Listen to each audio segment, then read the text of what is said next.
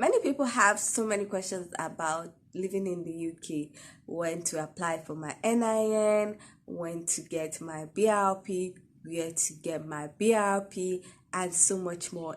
In this video, I'll be answering so many questions about living in the UK. So if you want to know a bit about living in the UK so that you're better prepared when you get to the UK, please keep on watching.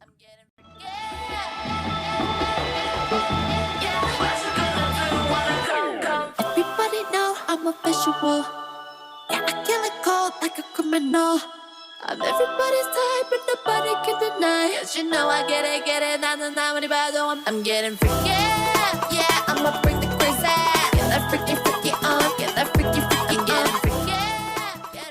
Hi guys, welcome back to my channel. My name is Omomi, aka Petit Diva, and I am a University of Nottingham alumni and also a Development Solutions Scholarship Award winner. In this educational series, I talk about the UK admission process for international students. I also talk about the UK visa application process, tips and tricks on how to enjoy your stay in the UK, and also tips and tricks to earn more money as an international student.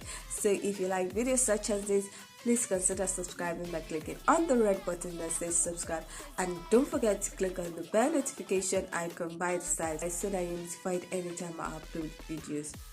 Now, in today's video, I am going to be answering some questions and saying some things about living in the UK.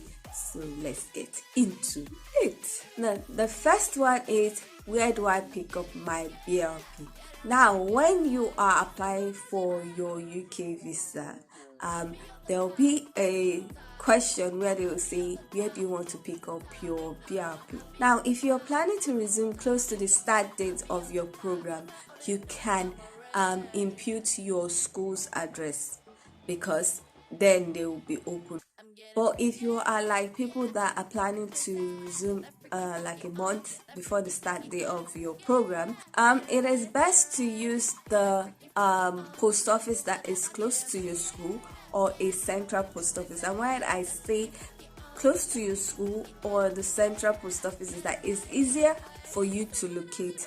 If you just look for the postcode of any post office in your city, in the city that you are relocating to, you might find it very difficult to locate when you get there, trust me. But if you use a central post office, that's the one at the city center or the one that is close to your school's campus, you are more likely to locate it easily. So that is why it is advisable that you use a post office that is close to your school or a central post office. And why is it advisable to even use a post office if you are going at least a month before the start day of your program, is because most of the time the school is on holiday that period, so they are not going to be available to give you your BRP. So your best option is to use the post office if you know you're going earlier than your start date, or much more earlier than your start date. Now the second question is, how do I apply for my NIN? Now, to apply for your NIN, you need your BRP, and you also need a permanent home address. So you need to have picked up your BRP. You also need to have found a place that you're staying, because they are going to send your NIN. It's a letter that contains numbers and some alphabets. So it's not like a card like the BRP. So they're going to send it to that address, and they're going to put the address. So you need somewhere. You cannot be at the Airbnb. And why you need it to be at your permanent home address is because you can use that NIN to do some things, the NIN letter to do some things. And if you're an international student and you are looking to get accommodation easily, there is one place where you can easily get accommodation, both private student accommodation and also private houses, and that is Amber Student. If you want to find accommodation with ease without having to stress about guarantor, Amber Student is the one for you. They have a no visa no pay policy, so until you get your visa, and then you can pay for the house or the rooms that you had already selected. So if you're interested in getting accommodation easily without having to pay for Airbnb for a long time when you arrive in the UK, Then I suggest you check the description box to the link to Amber Student. They are available in over 100 cities around the world. They are located near over 800 universities. So there is a place for you. The third question is, how and when can I open a bank account? Most of the time you have to open a bank account when you're there, and there are two types of banks. There's the online bank and there's the physical bank. Physical banks are like Santander, NatWest, Barclays, Lloyds, and the rest. Then the online banks, we have Monzo, and most of the time to open an account with the physical banks, you need to have like proof of home address, and that's where the NIN letter comes into place. You can use that as an indication of where you are living. Now, if you're opening a student account with the physical bank, I opened with NatWest. They might tell you to get a student letter from your school, and it's usually free. You just request it on your website. On the website, the schools always have like an e-store or store, online store, and that you have something like, if you want to request student identification or student letter, you just request for it, and then you can go and pick it up at the student building. So you might have to use the student letter and where you are staying, identification of where you're staying, to open an account in the physical bank. Also, other things that might indicate where you are staying are like the water bill, electricity bill, and the rest. For the online bank, I'm really not sure if you need all those things, but you might still have to indicate where you're staying in the UK so that they can send like your ATM card. So that's how to open it, and when you're in the UK. The fourth one is, which type of accommodation is preferred? Furnished or unfurnished? Now, furnished is most of the time a room. If we're talking about furnished room, is a room with a bed, cupboard, and table and chair. Most of the time, there's really nothing. You have a bed frame, you have a mattress, then you have pillow, but there's no bed sheet. There's nothing. It's just a bed, mattress, pillow, table and chair, and wardrobe. Now, for a house, if you are getting a private house, most of the time you might see like a washing machine, gas cooker, cupboards. Some houses, in their living room, they will have like a sofa. There might be TV, but remember that if there's a TV in the house, you're going to pay television fees. So get ready for that. Apart from that, some houses will have like maybe toaster, electric kettle, and that's about all for furnished. But unfurnished, there's nothing.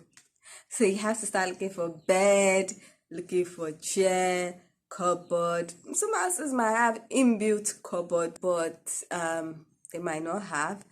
Might just be bare. Just have the heater, and then in the kitchen you might just have the fridge. Furnished. In some houses you might have fridge for furnished. Yes, you mostly have fridge for furnished. Unfurnished, you might have fridge, might not have fridge. You might have washing machine, you might not have washing machine. You definitely have a cooker. You definitely have oven. You definitely have cupboards, but the couch, the sofa, the toaster, electric kettle, you might not see that. So you might have to buy all that for unfurnished. For me, I'll prefer that I get a furnished place because I cannot be moving things. I am too tiny to be moving bed, to be moving mattress. Okay. Now the fifth one is for social event. If I'm invited to a lunch, a brunch, dinner, or outing, who pays?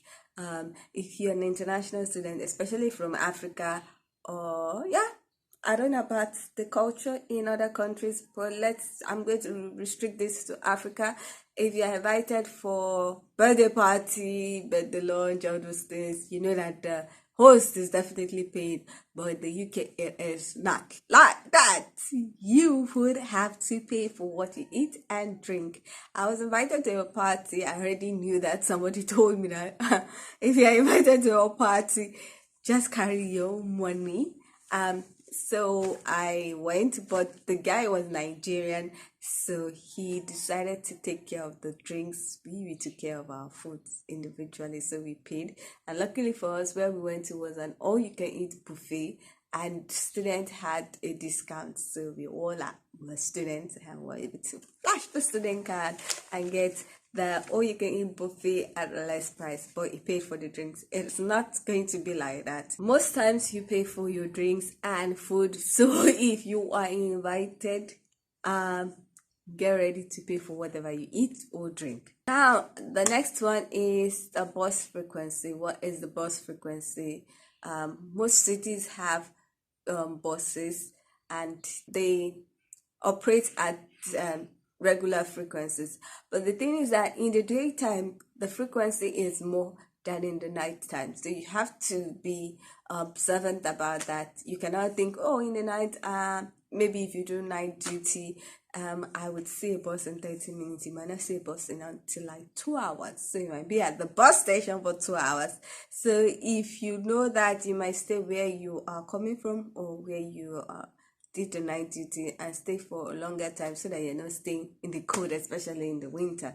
So during the day it might be every 15 minutes, every 20 minutes, every 10 minutes. And the night, like maybe after 10, it might be every 1 hour. Then maybe after midnight it might be every 2 hours. Then bank holidays, it might change. It might be every 1 hour, even during the daytime. So you need to be checking your bus schedule. You need to be checking most of them will have a website, and depending on where you stay, you know the buses that are coming to your side. So you need to be checking that and know the time that they are operating. If they are changing the time, they will let you know on the website. So the next question is, do they celebrate Muslim holidays in the UK? And the answer is no. They have their own holidays. Like right now, at the time I'm filming, they had the holiday for the Queen's Jubilee celebration. I think she was having a platinum Jubilee celebration, and that's because she has been on the throne for 70 years. So those are the kind of holidays they celebrate. They celebrate Christmas and Easter, and that's because UK is largely a Christian-based country. So you might find out that on the Muslim holidays, you might still have to go to work or go to school. Unlike in Nigeria, when it's the Muslim holidays, we have public holidays. When it's Christian holidays, we have public holidays, because Nigeria is mixed. But for the UK, it's Christian holidays they acknowledge, and they have their own holidays. So sometimes you might have St. Patrick Day. They have their own holidays. Okay, so that is all, but just some minor tidbits concerning the UK. And UK weather, oh my goodness, it's unpredictable. It can be windy today, it can be rainy for so many hours. And if you're Nigerian, when it rains, it rains. But then when it rains, it rains. In the sense that the first might not be much, but it rains for a long time. Sometimes it will be so cold, but the sun is out, and you'll be like, what is the sun's work if it's so cold and it's out? And sometimes 3 o'clock is already like night. 3-4 is night. You feel like, wow. And then you know it's because of the winter period, day saving, day whatever time up, the longer days, shorter nights. Then there's longer nights, shorter days. It can be quite confusing, because 3 o'clock, 4 o'clock, you're seeing everywhere that 7 o'clock is looking like 10 o'clock, and your system is, you're battling with your system to stay awake, because everything is just upside down thanks to the weather. Then there are some days 7 p.m. looking like 5 o'clock, and you're like, oh my goodness, what's going on? But those are the kind of things that you would experience in the UK, so get prepared so that you don't be like me, like, what? is going on. And so that's all. That's basically all about living in the UK. If you have any question that you want me to answer, you can leave them in the comment section and I'll be sure to check it out and reply. If you like this video, please give it a thumbs up. If you are not yet subscribed and you like videos such as this, please consider subscribing by clicking on the red button that says subscribe, and don't forget to click on the bell notification icon by the side so that you're notified every time I upload videos. Now, with all that said, thank you so much for watching. I hope to see you in the next one. Bye. I'll be on the top,